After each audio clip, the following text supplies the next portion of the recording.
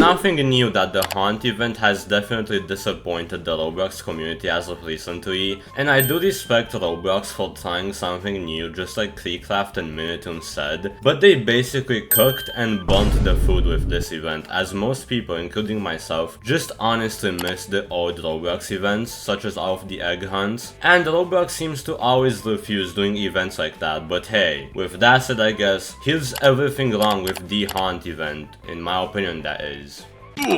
The event is f***ing confusing. Now, despite this being one of the most basic events Roblox has ever done in years, it still manages to be confusing for new players a lot of the time. And I feel like this isn't a very common opinion here, but the event has no proper introduction and rather gives you an envelope simply stating that you have been invited. And I do get that the player is meant to figure out things by themselves, but it's really not enjoyable for your average Roblox player having to figure out everything by using YouTube tutorials and such, because we are not Megamind here, are we, Roblox? And this was the same case for the classic event, so it's definitely not a false mistake, or well, at least in my opinion. And whilst I am definitely far from a Roblox developer, this feels like it could be fixed pretty easily by just simply having an introduction envelope, or like at least an NPC that tells you how the event really works for the Roblox newbies out there, because the current NPC just seems to be a lore NPC more than anything else, unless I'm wrong, but anyways.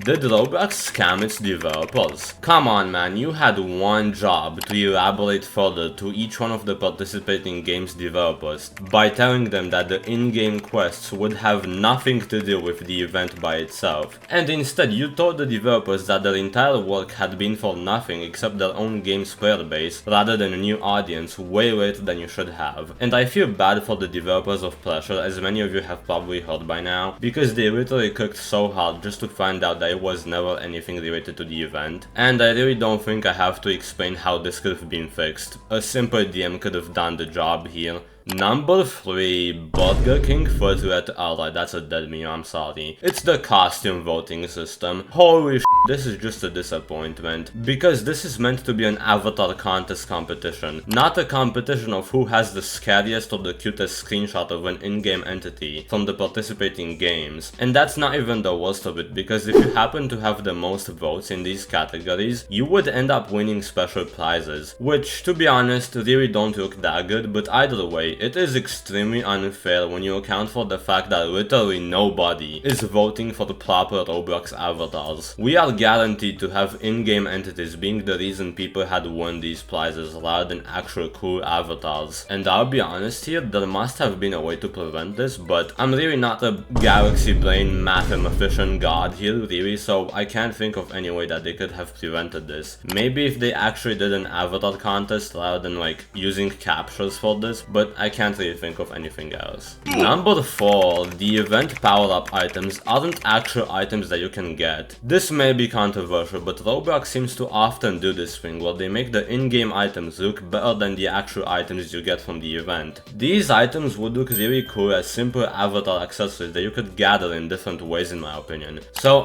if only games like Pleasure were actually put to good use rather than having nothing to do with the event, isn't that right, Roblox, huh? The way to fix this would have been to make these items or any kind of different items actually be part of the participating games, such as like an in-game reward system similar to the classic from each game after completing a quest similar to the previous Roblox events overall.